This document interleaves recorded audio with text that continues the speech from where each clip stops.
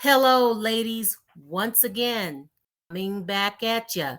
This is Aunt Ebony Phoenix, with another podcast on divestment. The ladies here are divested and rested, and we have a special guest today. Rosa from Black Femicide has graciously decided to stop by and give us an interview. Rosa? Yes, I'm here. Thank you. Thank you very much for doing this for us. I'm sure a lot of the ladies out there would love the information on your web page or your Facebook page, and would love to know about the work you're doing. Now, can you give us a little background on you?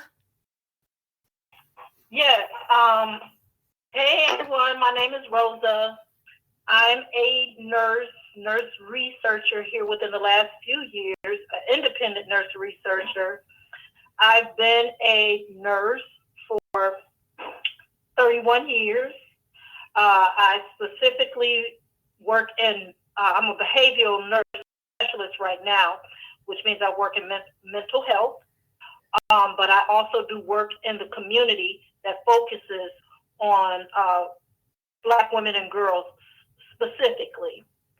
I started Black Femicide, an organization that looks at the violence that Black women and girls receive within the Black community, specifically homicide, or formally I say femicide because it's very specific to women and girls. I started this organization and started my work, or I say my mission. I started it because I noticed that the crimes against Black women and girls were being severely underreported. The last time that the FBI, prior to 2020, the last time the FBI did any actual accounting was in 2015. At that time, the FBI stated that every 19 hours, a woman was being murdered. Now, when they said every 19 hours a woman was being murdered, that included all walks of life of women, be they white, Black, Hispanic, whatever the case. It included all women. So there was not a dissection of each group of people. I took it upon myself to focus on our community because I noticed that even though the FBI was saying every 19 hours, I knew that within our community that 19 hours was definitely not true. I knew it had to be somewhere closer to every 8 to 10 hours. And it turned out that it was actually every 8 hours. So I started collecting the data on my own. As the years went by, I noticed that it went from every 8 hours to every 7.5 hours. It just kept going down. Finally, near the end of 2020, I had to come out and be more open and public because this was information that I was sitting on that the general public was not aware of.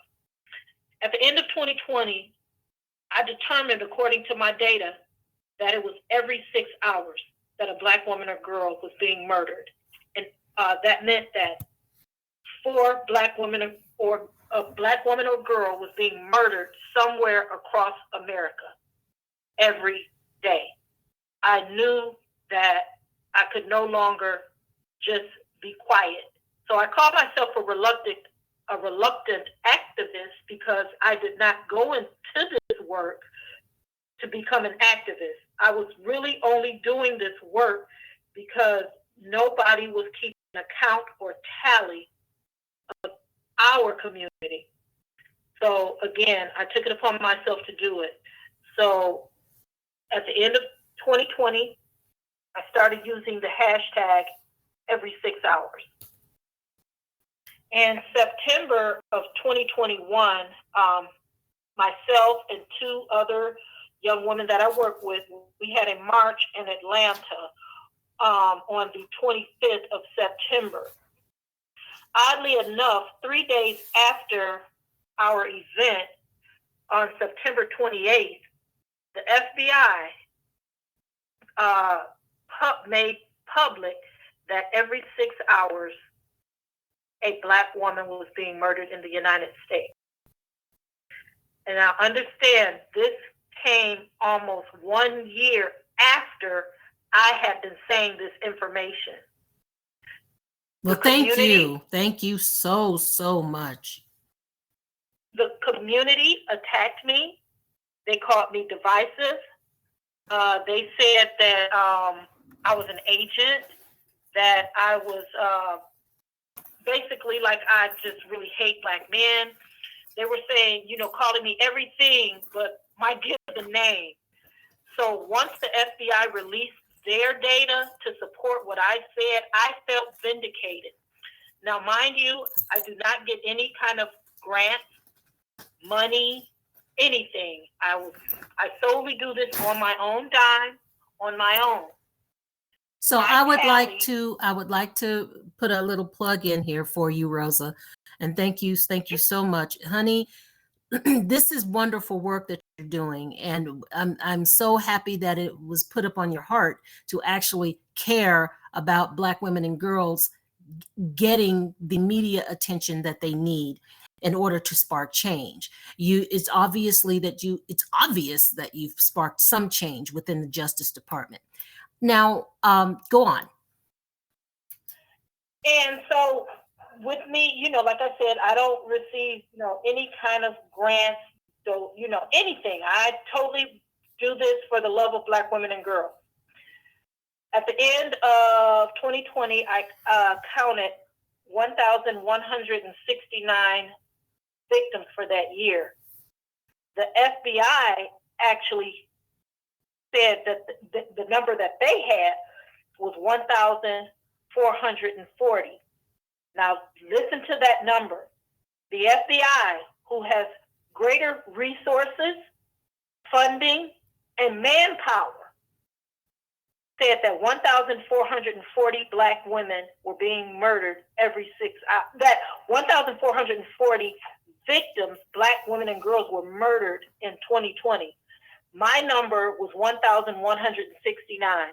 I was 271 off from what the FBI actually counted. And I personally think that was I did darn good to not have the resources allocated, such as the FBI. Yes. So I felt vindicated because I was like, yes, I knew that what I was saying has been true all along. And lo and behold, the Guardian actually did an interview with me. The Guardian out of the UK did an interview with me. And after that interview, other Black publications such as BET, News One, what have you. But the sad thing was they erased me from it. They copy pasted the article, but they removed my name as though I didn't even exist. That hurt me because as a nurse, as a researcher, it's very important that people know who's doing the work. And to be erased by your own people is very hurtful. And it also explains why so many Black women researchers, a lot of times they just, just say, forget it. I'm not going to fight this fight. It's just not worth it. But I know that literally our lives depend on this research.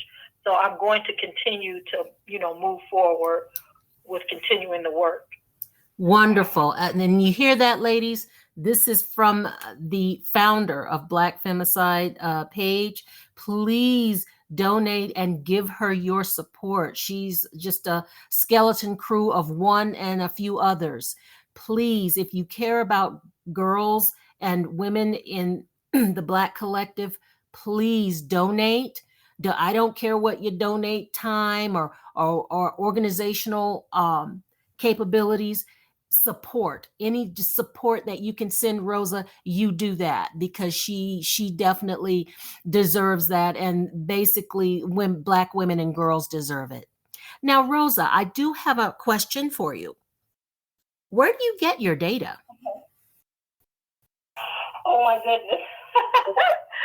I actually have to scour the internet for it. I have to go on news sites. I use sources such as the LA Times has a database where they list their homicides. The Baltimore Times, they also have like a listing of all the murders that happen within the greater Baltimore area. I go to any kind of news site. It might be a local news site, like let's just say Detroit, WDIV. I'll go to their news site. I'll go to a site in Arkansas, whatever state that I work on. I just go on. It's really, it sounds like it's really confusing, but it's an organized mess.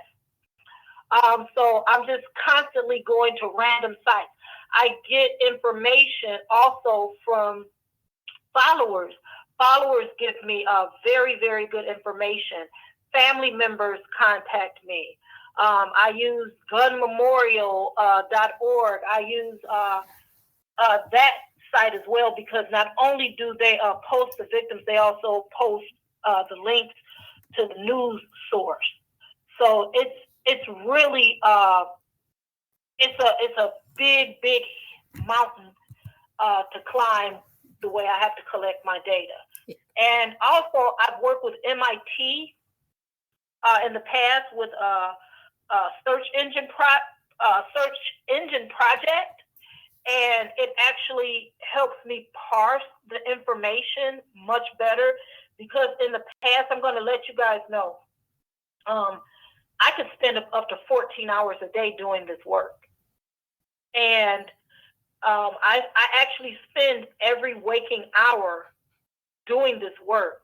But this particular search engine that I'm beta testing for them, I actually have cut my work down in half. Wonderful. Now, that MIT, Massachusetts Institute of Technology? Yes, I actually work with MIT. I work with them on a global femicide project or initiative. So I'm involved with them, and on this panel, it sits myself. I'm the only Black woman who represents the United States. I sit on that panel, and then there are other women across the globe from Mexico, Brazil, Africa, Spain, Italy. So it's a collective of women across the globe who actually collect the numbers for their country, and we are dedicated to fighting femicide on a global level. Wonderful, wonderful. Like I said, ladies, she's just she's a skeleton crew all to her own, and she manages a tight but tiny ship. Whatever you can donate in terms of time, money, resources, please contact Black Femicide. Let them know, hey, guys, I may have something for you. Could make your workload easier. Please contact them. She definitely deserves this support. And we over here at Ebony Phoenix Podcast, lady, you have our heart, and we will definitely do whatever. Now, this is a divested community. We understand that you are not a part of that community, but what the work you're doing, from what I've seen, is kind of comes from the reason women and girls should divest. Now, Yes. Miss Rosa, tell me, I love your name, by the way, Rosa, Rosa. Okay. Yeah, Um, a lot of younger nurse proteges call me Mama Rosa. Mama Rosa. Well, they're calling me Aunt Ebony over here. I'm Ebony Phoenix, but it's like Okay. I'm Aunt Ebony. Okay. So why do you think that violence against women and girls and even homicide is so much more prevalent in the African American collective than in other US demographics? Oh, that's a very, it is a multi-layered uh, or answer to that, rather. It's a multi-layered answer. But I can say primarily, and understand what, before I have to preface it by saying I'm not a person who uses slavery or anything as an excuse, because we're in the 21st century. We are hundreds of years beyond slavery at this point. So, I want to preface it by saying that. But I do believe it goes back to slavery, when Black women rightfully and understandably wanted to coddle the Black male child because of the issues within slavery. And we don't have to go into a history lesson on that. Okay, I want to stop you right there. I want to ask you something then. Why only coddle the Black male child and not the Black female child, who is basically at risk within her own collective from other slaves and the dominant society? I believe psychologically, it's just like any culture, and Black folks don't want to admit this, but it's just like any culture where the male child or the male is valued. You see that in Asia, where femicide was a huge issue at one time, where they had the one-child law. So a lot of female infants and fetuses were being murdered because the value was on the male child. So now we see the effects of that today, is that men in China don't have very many prospects there, because so many so many female infants were murdered. I do agree. I do agree. So basically, like India, the same thing. And in a lot of cultures, lot of cultures are very male centric. I get that. And the Black community is no different. And the Black community is no different.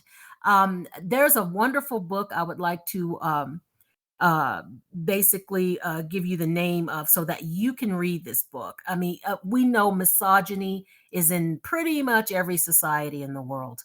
We'll agree with that. And some societies more so than others. But there's this wonderful book by a man named Jack Holland, Holland. And when I read his book, Misogyny, it really opened my eyes. He parsed it very well. It's like the last prejudice that's okay. And it's a hatred that has been millennia in the making. However, I would like to go back to reasons. And okay, so basically, due to slavery, a certain amount of violence is tolerated amongst the slave population. I get that. However, I think there's a deeper reason too that I wanted to discuss with you, because yes, slavery happened. I don't know. There are very few societies on this earth that have not been enslaved.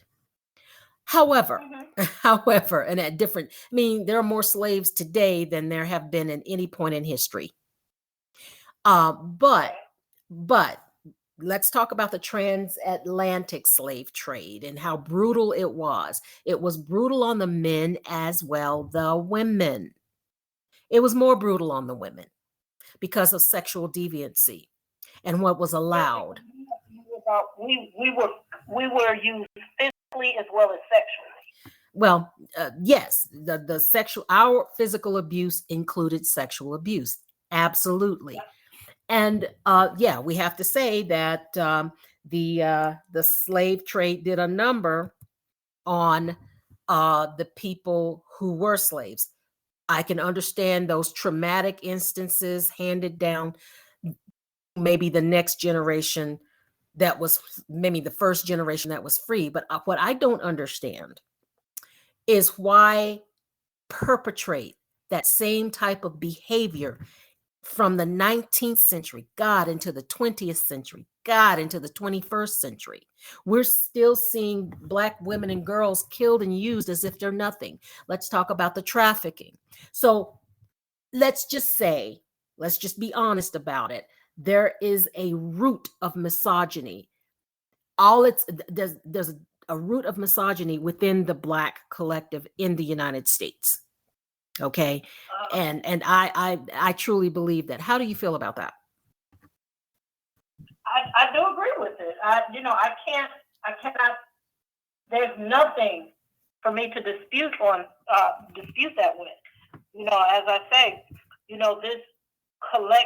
this issue of valuing males from the transatlantic slave period up until now, it just continues.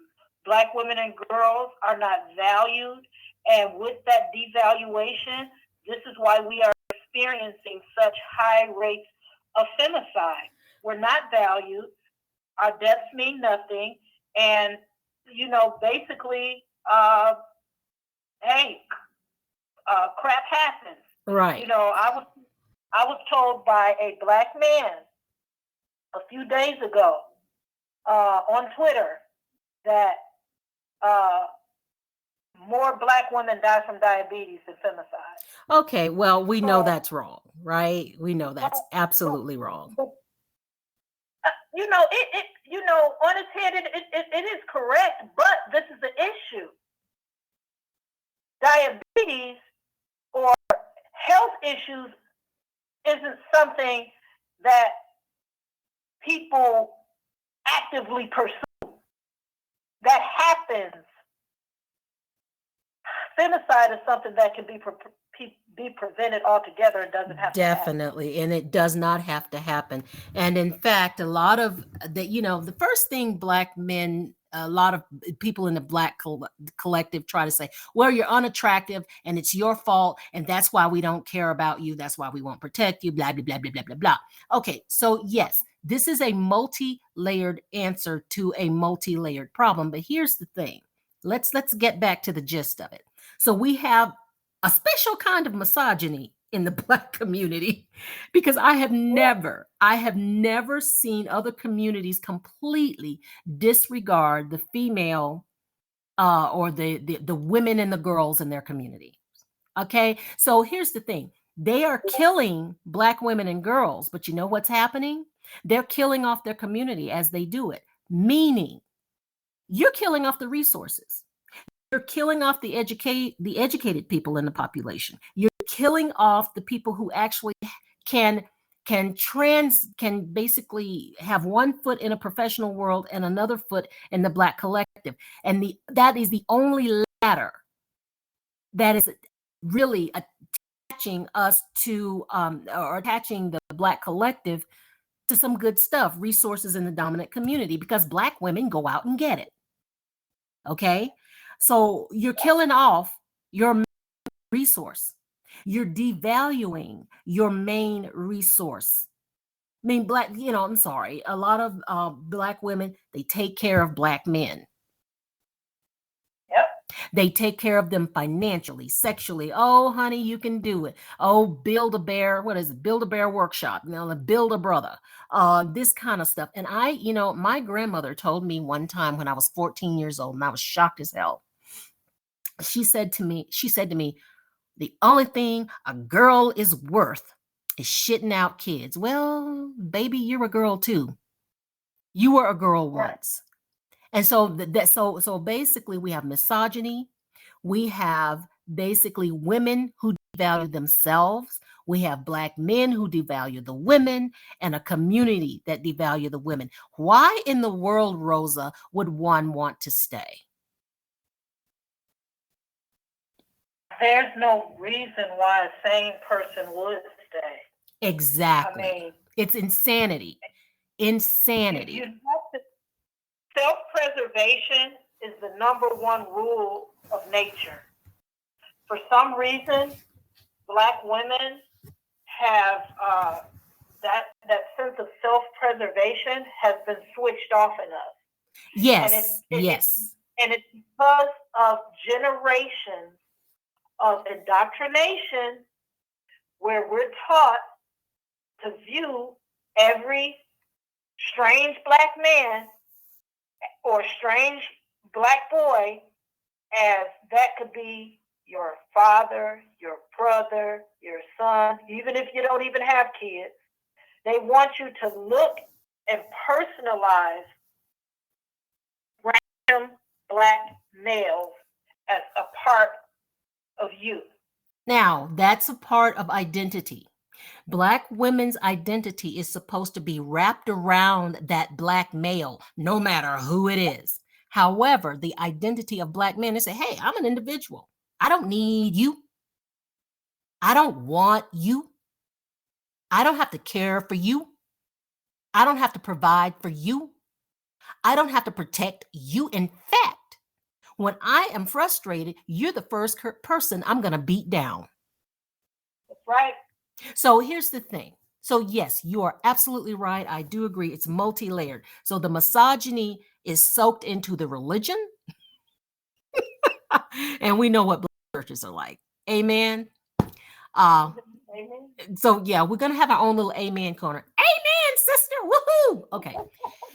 So we got our amen corner over there. So here's the thing. We will have a separate show on the Black church, but the Black church is basically where the ex-slaves came for solace, right? That's where all the organizing came from. That's where the community leaders came from. That, even all the Black professionals, they were in these churches, and these churches spew the same misogyny that Jesus Christ himself never exhibited. Amen, sister. So yeah, we have our amen corner. We need the big hat and a fan. Amen, sister. Amen. Okay. So if a girl is worth nothing but shitting out kids, then you will have no one. Okay? No one. And the thing is, these men in the Black collective, I don't date them. I don't mate them. I don't care. But I do care about the Black collective being a viable community. The Black males have been taught that we are the least desirable women on the planet. Now, I have never seen an Asian man, even if he is interracially married to a woman of another ethnicity, say, Asian women are ugly. I have never heard a white man say, oh, well, all white women are ugly. I've never seen or heard a Latina man say that garbage. So I think the misogyny has taken deeper roots than even when we were girls, Miss Rosa. Because back in the day, Black women with the women's movement and all this stuff decided, Black women have always worked outside the home. And a significant portion of resources from the Black community comes from Black women.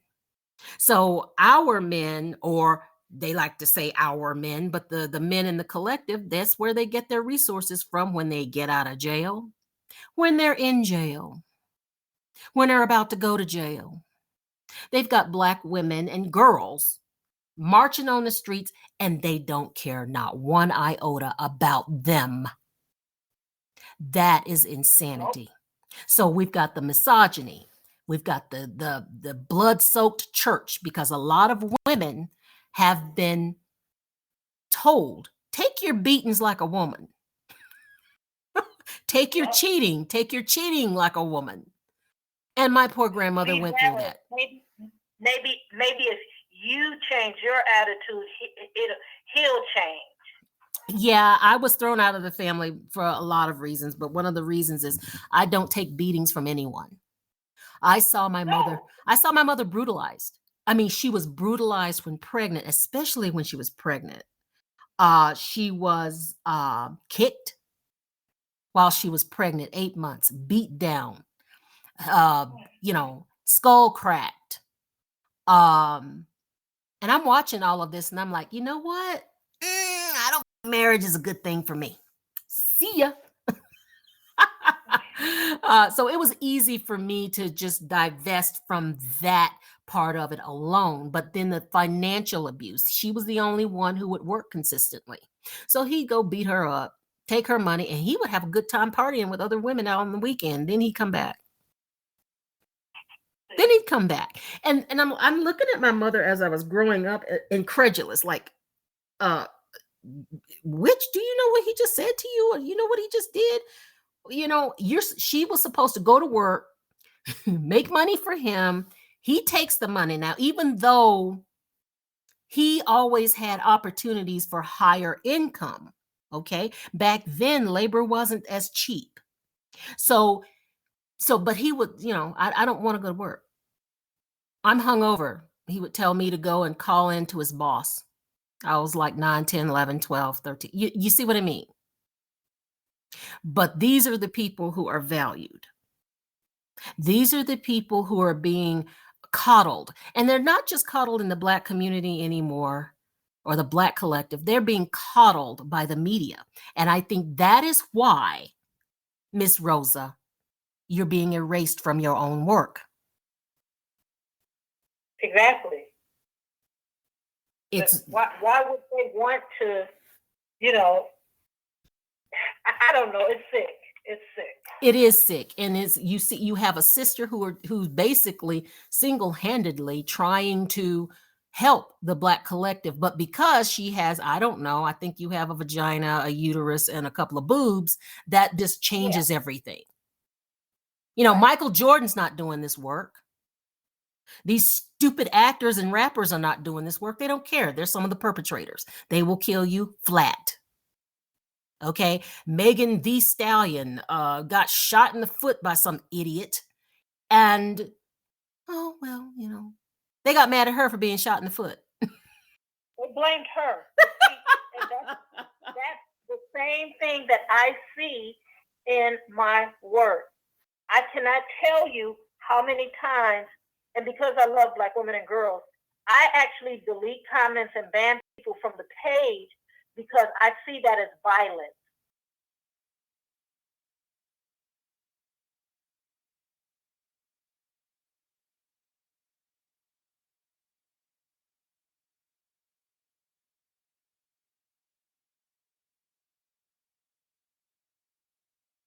A reason why they deflect and place all the blame on the victim, and never once do they hold accountability to the perpetrator, who's the one who actively engaged in murderous behavior. Yes, and I've seen it in my own family, and it's not hard to miss. I've seen many women beat up, dragged, especially while they're pregnant. Now, I've noticed this thing lately. I don't want to pay child support, so I'm going to shoot this woman in the stomach or have her shot in the stomach and killed. That's a special kind of hate for yourself and your own community. If you are willing to kill the mother of your child and the child, okay, I don't know the statistics on that, but it's matricide, it's femicide. It's the saddest thing. But see, no one wants to change and really take a critical look at what's going on. And I think that's what you're doing, Miss Rosa. And there are the fruits of your labor are showing. Okay. So I want to encourage you. The fruits of your labor are showing, and you deserve a crown for that and much more.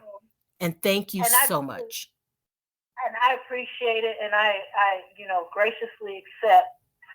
When I do this work, I do it because I want Black women, because I really want Black women and girls to pay attention to what I'm saying, Well, to what I'm doing. being another healthcare professional in preventive Yes. health, I want Black girls and women to freaking survive. And then Yes. I want them to thrive, because staying in the Black collective all this time, Black women have still risen to the top. A lot more of them would. I'm sorry, excuse me? Despite everything, we still somehow manage to pull ourselves up. Remember Maya Angelou and Still I Rise? Yes, yes. Oh my goodness, that is so very timely, because Black women, we're doing that. We're still trying to reach the pinnacle despite all the obstacles that are in front of us. But I want you all to take the victims that I post as a cautionary tale. You do not have to subject yourself to abuse. You are not, I don't want you to feel that you owe anyone anything in this world outside of yourself. You do not owe the Black community anything. You do not owe even your family anything, especially when they're dysfunctional. You owe yourself everything. Young Black women, understand that pregnancy, single parenthood for Black women is the easiest way to guarantee yourself poverty status. I need you to protect yourself, stop having babies without being married.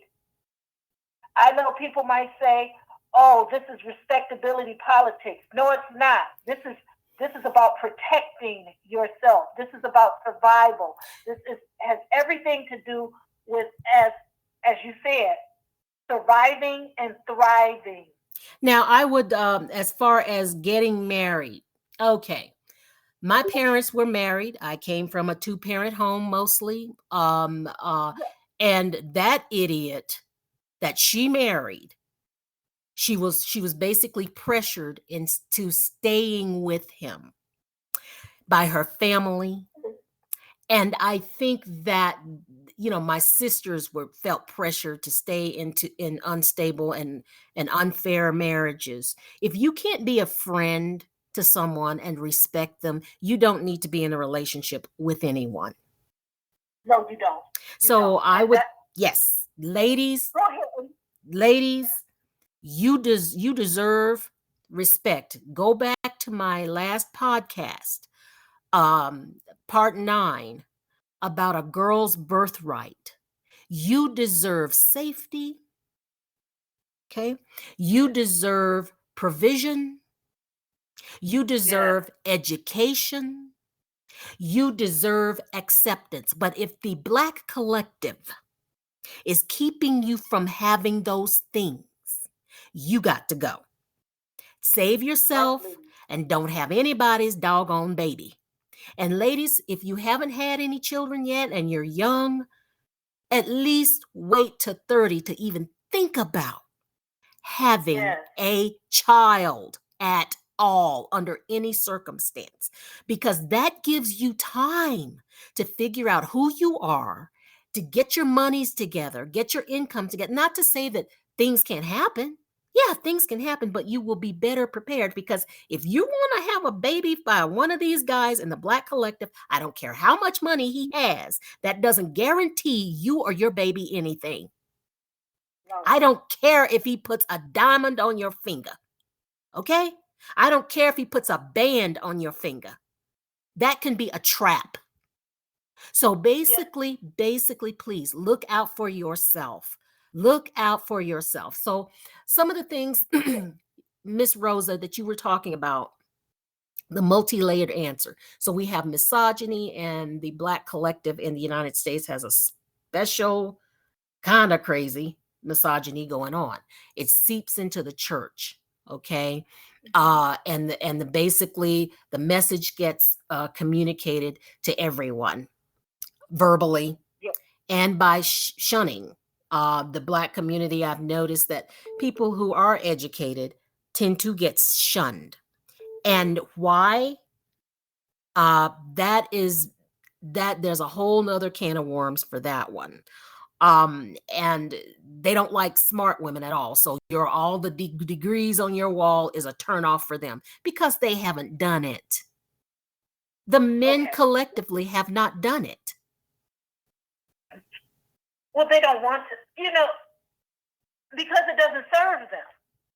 Well, it serves them in terms of finances. Right. The Black collective have pretty much told Black female surgeons to marry these bums. And when you have that kind of financial gap. What I meant was it doesn't serve them in the sense of reaching out and helping a Black woman or girl reach their highest pinnacle. It doesn't serve them because they know once a Black woman or girl reaches a certain point, that means her social circles will change. She will start seeing how other people outside of the community operate. And when she sees this, more than likely she's going to turn her back on that which has not helped her.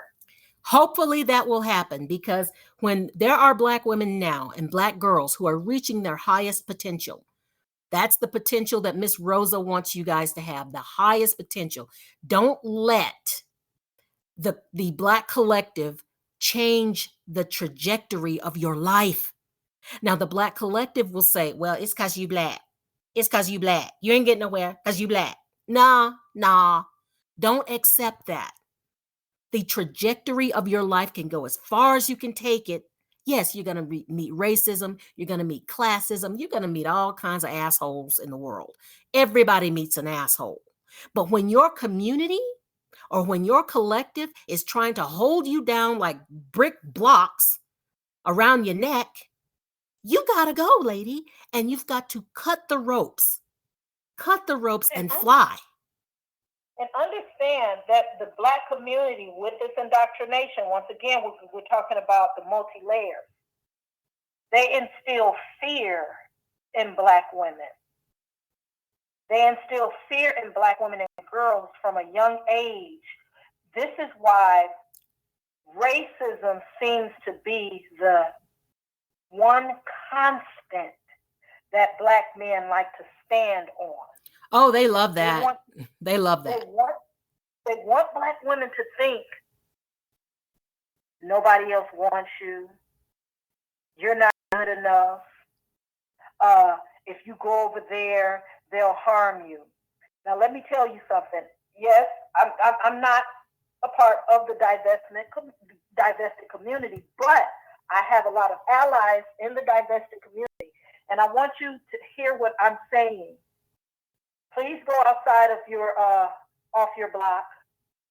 Travel if you have the opportunity to, because what you'll see is that other people actually admire Black women and the fortitude and determination that you have. Many people actually look at us and actually are in awe and admire us.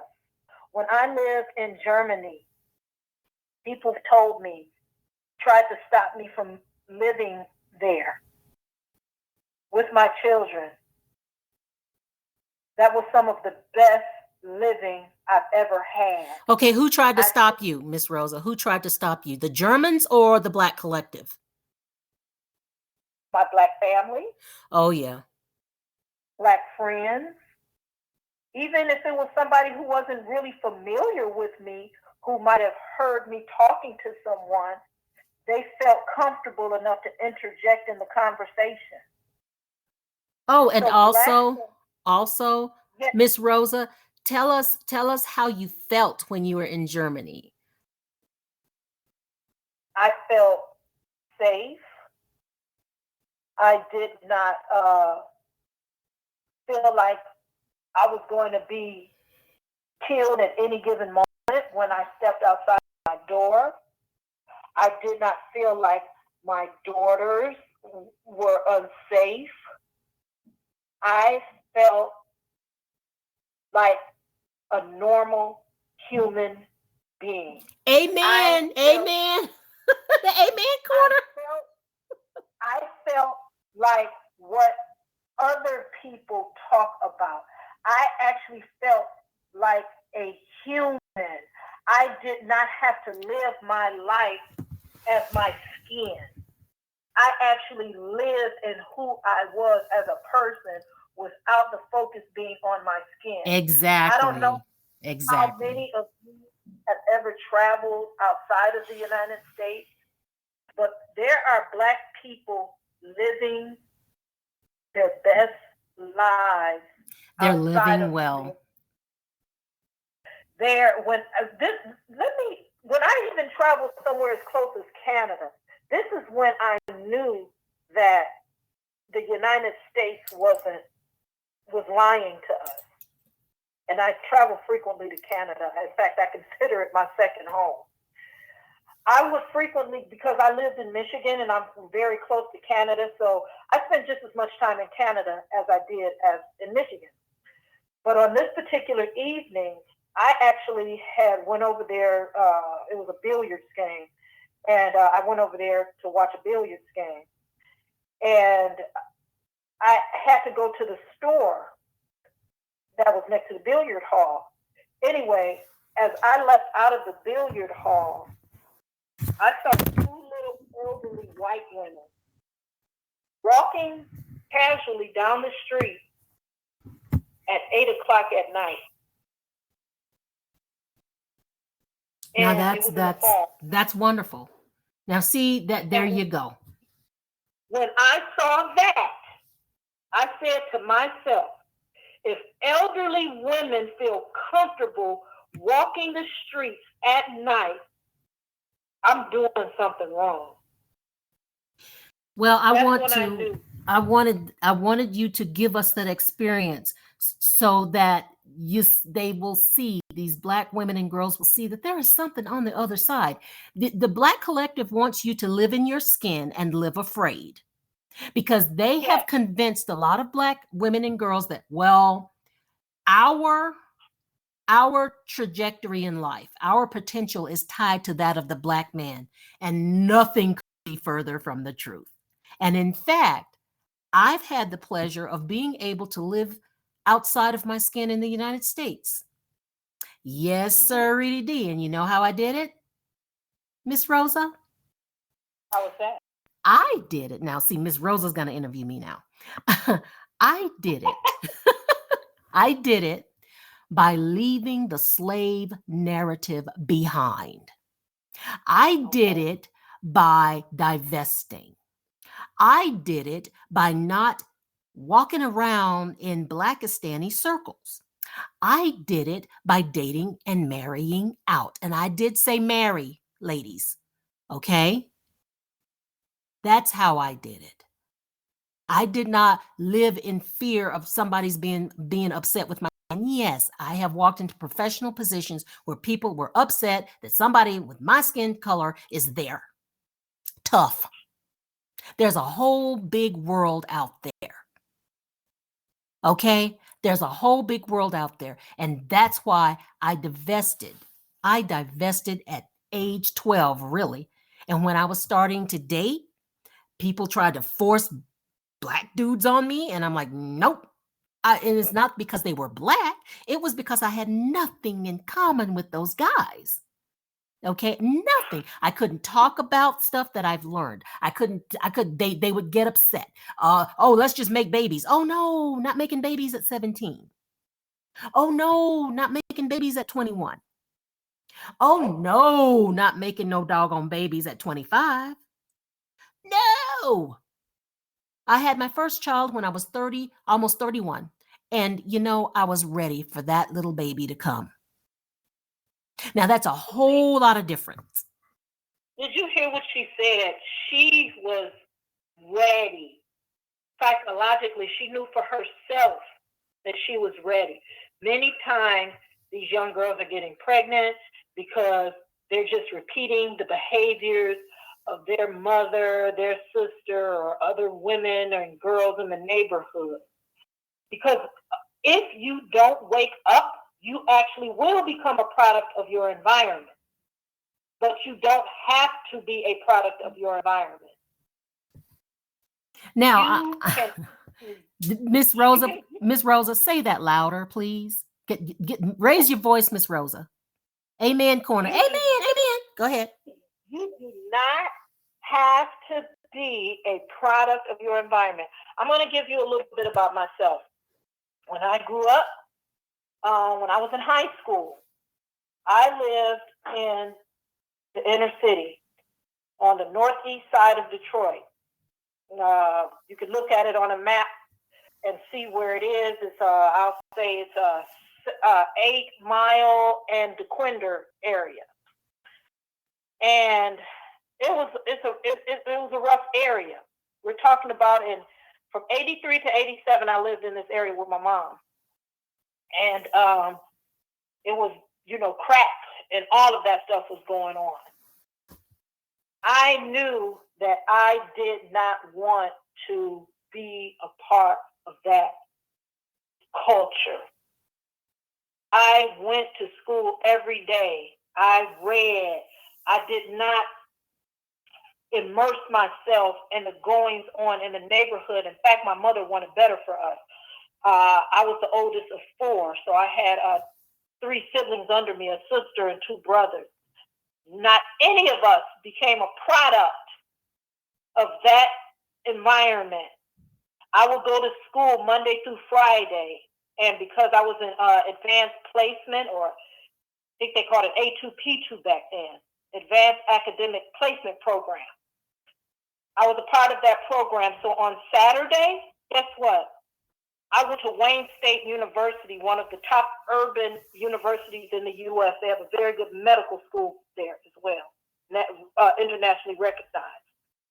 So on Saturdays, in my junior and senior year of high school, I was actually going to school 6 days a week, Monday through Friday in high school, and on Saturday I would go to the university and take science classes, biology and chemistry. But when you did that, what did your peers think? Oh, they would call me brainiac and, all of these, just all of those things like, Oh, do I know, sweetheart? I'm the eldest of 5. I was made fun of. Exactly. That's what okay, Miss Rosa, can you say that a little louder? I was made fun of. There you go. It's already crazy enough that you're in high school and in these nerdy classes, and then you have the audacity to give up your Saturday. Oh yes, yeah. I actually had that happen to me too, and it's sad. I tell you, when I graduated high school, I not only graduated with a high school diploma, I actually graduated with a 2-year certificate. And when I was 18, I was a histology technician. I don't know if you guys know what that is, but what a histologist is they actually prepare tissues for doctors so they can examine them under the microscope. At 18, this is what I was doing. And see, there you go. I had 2 years under my belt in college. I did not even have to fill out an application to go to Wayne State because I went during high school for 2 years. They automatically accepted me when I graduated. Exactly. And see, this is a Black woman success story. Okay. And Rosa, your situation is kind of like mine. I mean, yeah, we both grew up in the crack epidemic. I was the eldest of 5. And I got it. Yeah, I got it from schoolmates who thought I was just weird. I mean, people wouldn't even swear around me, which I thought was weird. But I got it from family. I was shunned. I was shunned because I read too much. Yeah, I was always accused of I always got my nose in a book.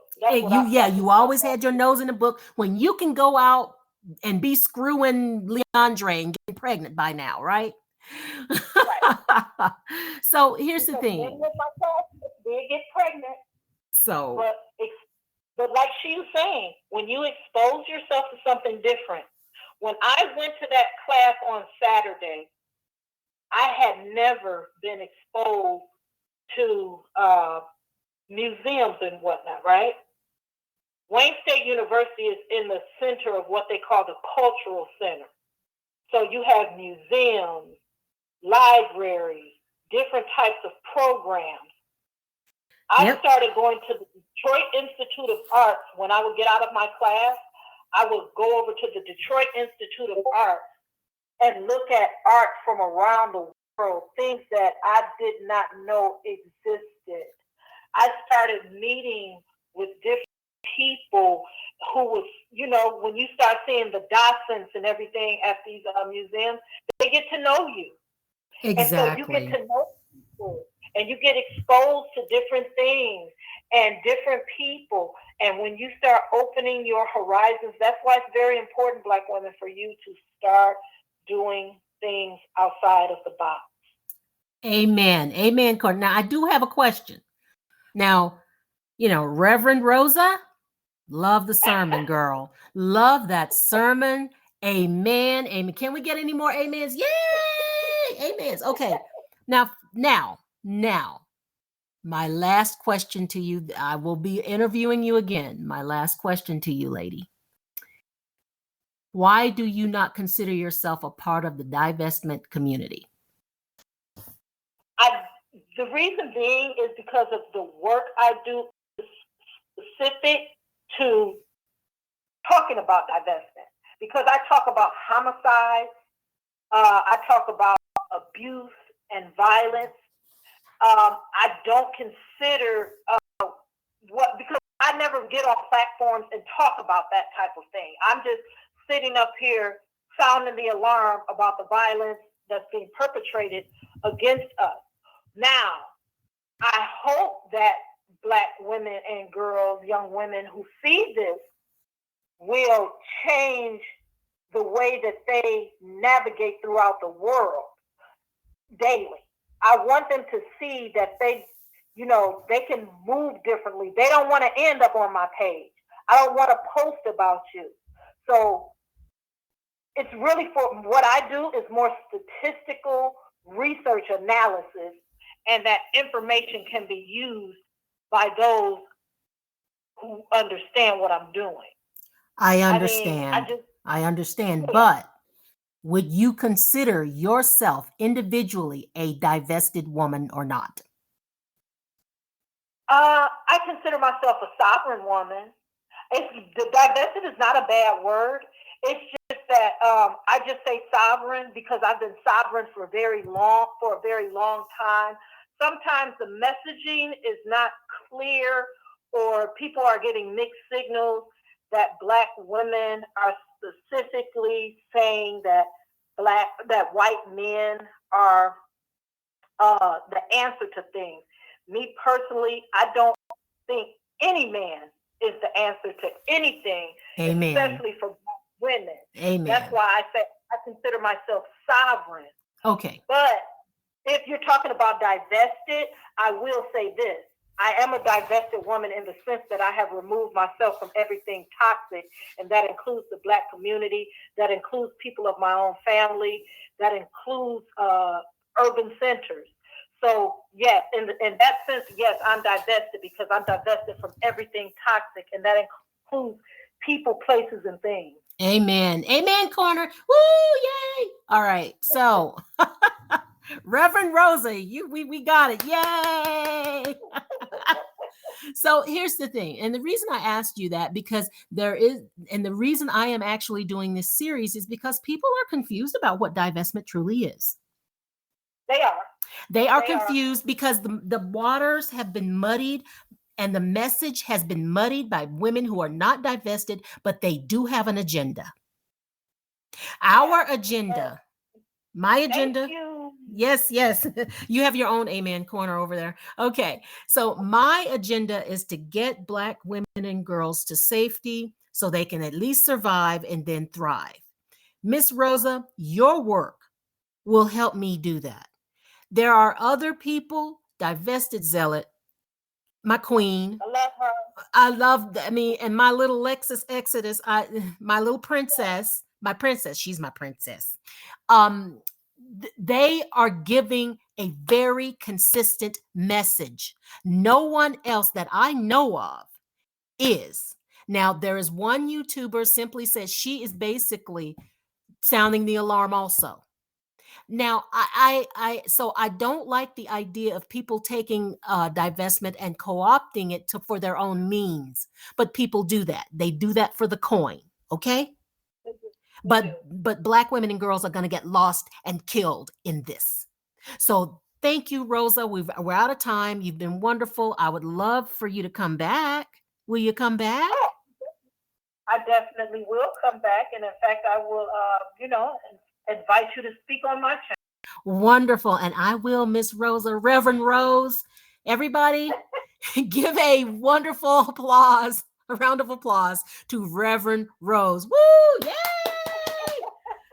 And there it is, ladies. Until next time, take care of yourself, survive and thrive. Aunt Ebony knows you're worth it and she loves you. Bye-bye.